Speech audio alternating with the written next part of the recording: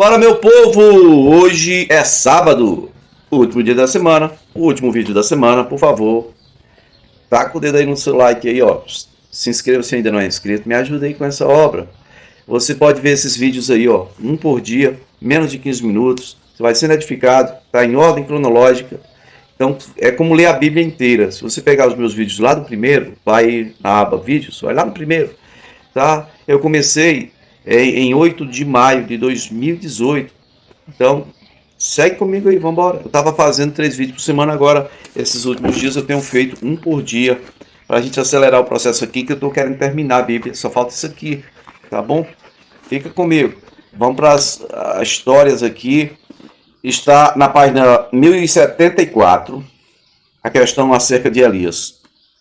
Mateus 17, do 9 ao 13, diz: enquanto eles desciam do monte, Jesus lhes ordenou: não contem a ninguém o que vocês viram, até que o Filho do Homem tenha sido ressuscitado dos mortos. Olha bem, os discípulos lhe perguntaram: então, por que os mestres da lei dizem que é necessário que Elias venha primeiro? Meus amados, vejam que eles entendem um pouquinho de escatologia de Israel, escatologia do povo do Velho Testamento. Diz que Elias vai vir antes, né? Bom, por que Jesus ordenou aos discípulos que não falasse para ninguém que ele tinha sido visto conversando com Moisés e Elias? Por quê? Bom, eu creio que era só para reafirmar a fé deles. Porque esse mesmo Moisés e Elias, visto por Pedro, Tiago e João, vão ser vistos na ascensão de Cristo. Mas eles tinham que guardar segredo, foram obedientes, tá? Aqui os discípulos perguntam: mestre, mas por que os mestres da lei dizem que é necessário que Elias venha primeiro, ou seja, venha antes do Messias? Jesus vai e responde: de fato, Elias vem e restaurará todas as coisas. Está escrito, realmente isso está escrito. Verso 12: mas eu lhes digo, Elias já veio. E eles não o reconheceram, mas fizeram com ele tudo o que quiseram. Da mesma forma, o Filho do Homem será maltratado por eles. Aí, então, os discípulos entenderam, né, que o Elias que Jesus estava falando era o João Batista. Marcos 9, do 9 ao 13, é o segundo narrador dessa mesma história. Verso 10. Eles guardaram o assunto apenas entre si, discutindo o que significaria ressuscitar dos mortos. Eles não sabiam nem do que se tratava. Jesus está falando de quê, hein, mano? Espera aí, nós temos que guardar um segredo até Jesus ressuscitar, até o mestre ressuscitar dos mortos. Mas o que negócio é esse ressuscitar dos mortos? Eles não sabiam nem do que se tratava. No verso 12 de Marcos 9, diz que, então, parte B, então, porque está escrito que é necessário que o Filho do Homem sofra muito e seja rejeitado com desprezo. Onde que está escrito isso? Eles estão lançando mão de que texto para falar isso com Jesus? É óbvio, Isaías 53, quando o profeta teve uma visão do sofrimento vicário do servo do Senhor. Isaías teve uma visão de Jesus todo machucado. Outros, Malaquias, por exemplo, o último versículo do Velho Testamento, no livro de Malaquias, vai falar que Elias virá antes, converterá o coração dos pais aos filhos, dos filhos aos pais, para que o Senhor não venha e não fira a terra com maldição. Tá bom? E aí tem um menino endemoniado. Aqui fala um menino, outros dizem um jovem, né, endemoniado. A história está em Mateus, no capítulo 17, do 14 ao 21, meu povo. Diz: quando chegaram onde estava a multidão, veja, eles estavam descendo do monte onde houve a transfiguração. Jesus vem conversando com eles, dizendo: olha, não conta para ninguém o que vocês viram, até que eu ressuscite. Agora, Mateus 17, 14, vai dizer: quando chegaram onde estava a multidão, lá embaixo, né, um homem aproximou-se de Jesus, ajoelhou-se diante dele e disse: Senhor, tem misericórdia do meu filho. Ele tem ataques e está sofrendo muito. Muitas vezes cai no fogo ou na água.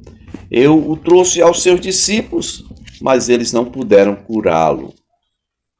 Respondeu Jesus: ô geração incrédula e perversa, até quando estarei convosco? Até quando terei que suportá-los? Tragam-me o menino. Jesus repreendeu o demônio, este saiu do menino, que daquele momento em diante ficou curado.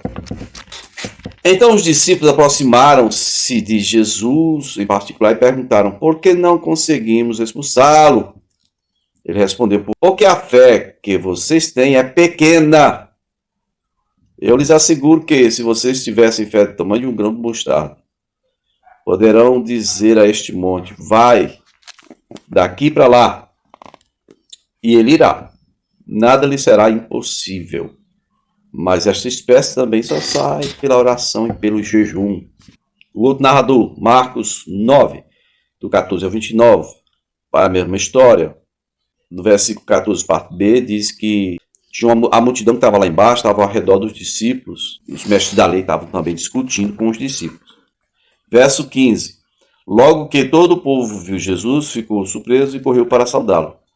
E então Jesus perguntou: o que vocês estão discutindo? Com quem? Com o meu discípulo. Aí entra a história do homem, né? Do homem que trouxe um filho único. Aqui ainda não diz que o filho é único, mas na verdade no versículo 20 diz que quando o Espírito viu Jesus, imediatamente causou uma convulsão no menino. 21, Jesus pergunta ao pai do menino: há quanto tempo acontece isso? Ele diz: desde a infância. Muitas vezes lança no fogo, na água para matá-lo. Mas se podes fazer alguma coisa, tem compaixão de nós e ajuda-nos. Verso 23, Jesus diz: se podes, tudo é possível que crer. Então imediatamente o pai do menino exclamou: creio, ajuda-me a vencer a minha incredulidade.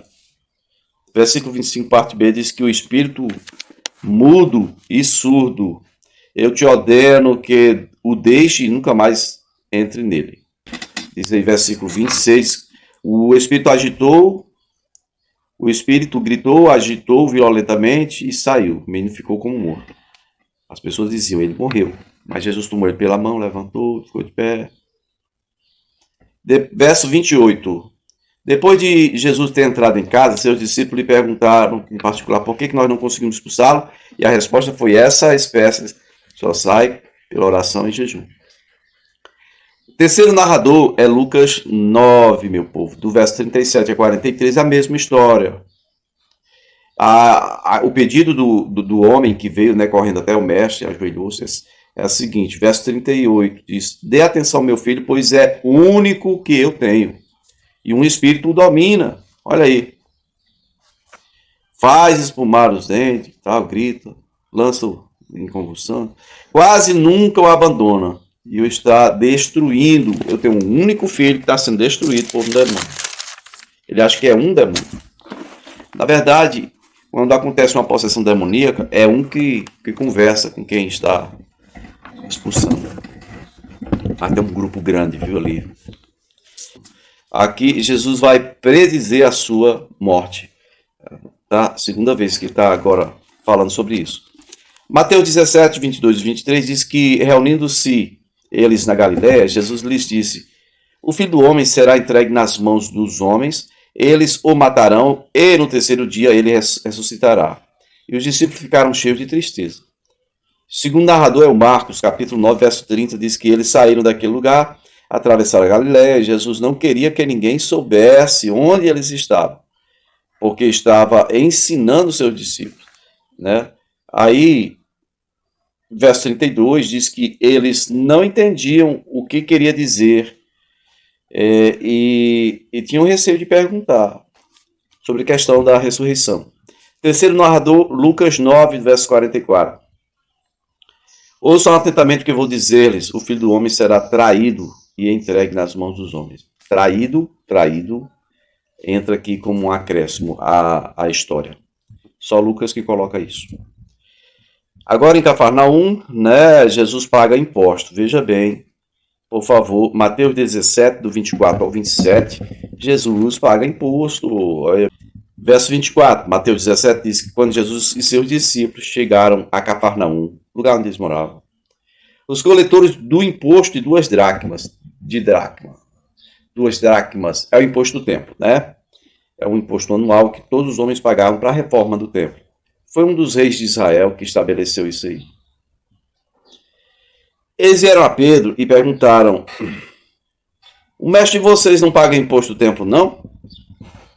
Pedro já respondeu na lata: sim, paga. Ora, era óbvio que Jesus podia pagar o quê? 2 moedinhas para cada um, 24 moedinhas. A multiplicação, a primeira multiplicação de pães, eles tinham 200 denários.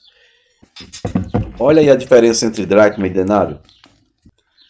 Mas Pedro disse sim, ele paga sim. Aí, quando ele foi, entrou na casa, foi Jesus quem falou com ele primeiro. Perguntou: o que você acha, Simão? De quem os reis da terra cobram tributos e impostos? De seus próprios filhos ou dos outros?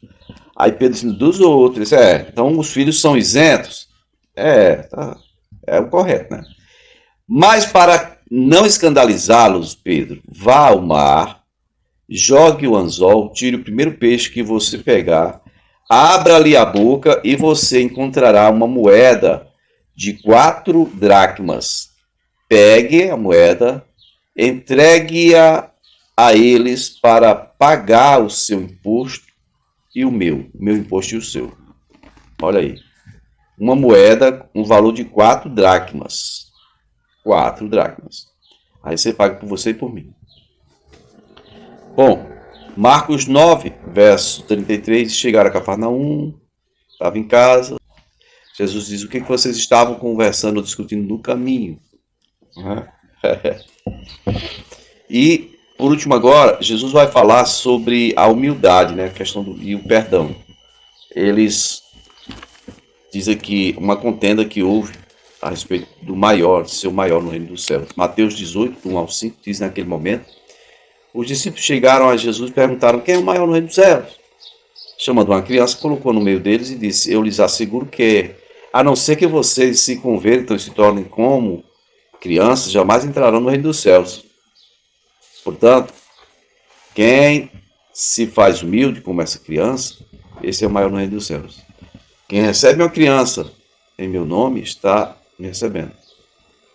Segundo narrador, Marcos 9, 34 a 36 diz: mas eles guardavam silêncio, porque no caminho haviam discutido sobre quem era o maior. Olha aí. E assentando-se, Jesus chamou os 12 discípulos. E se alguém quiser ser o primeiro, ou o maior, né, será o último e servo, escravo de todos. Verso 37. Quem recebe uma destas crianças em meu nome está me recebendo. Terceiro narrador, Lucas 9, 46 e 48. É a mesmíssima história. E, então, é isto. João aqui é repreendido por sua precipitação. Mateus 18, do 6 ao 14, vai dizer que se alguém fizer tropeçar um destes pequeninos, que crê em mim, melhor lhes seria amarrar uma pedra de moinho no pescoço e se afogar nas profundezas do mar. Ai do mundo por causa das coisas que fazem tropeçar. É inevitável que tais coisas aconteçam, mas ai daquele por meio de quem elas acontecem. Se a sua mão ou o seu pé o fizer tropeçar, corte e jogue fora. É melhor entrar na vida mutilado, aleijado, do que tendo as 2 mãos ou os 2 pés ser lançado no fogo eterno. E se o seu olho o fizer tropeçar, arranque e jogue fora. É melhor entrar na vida com um só olho do que tendo os 2 olhos ser lançado no fogo do inferno. Cuidado para não desprezarem um só desses pequeninos, pois eu lhes digo que os anjos deles nos céus estão sempre vendo a face do meu Pai Celeste. O Filho do Homem veio para salvar o que havia perdido. O que acham vocês? Se alguém possui 100 ovelhas e uma delas se perde, não deixará as 99 nos montes e indo procurar a que se perdeu? E se conseguir encontrá-la, garanto que ele ficará mais contente com ela do que com as 99 que não se perderam. Da mesma forma, o Pai de vocês que está nos céus não quer que nenhum destes pequeninos se perca. Bom, a mesma narrativa você vai encontrar em Marcos 9, verso 38 ao 50. E também em Lucas 9, 49 ao 50. Próxima semana a gente vai ver sobre o perdão e a oração. Valeu, fique com Deus. Deixe seu like, se inscreva aí.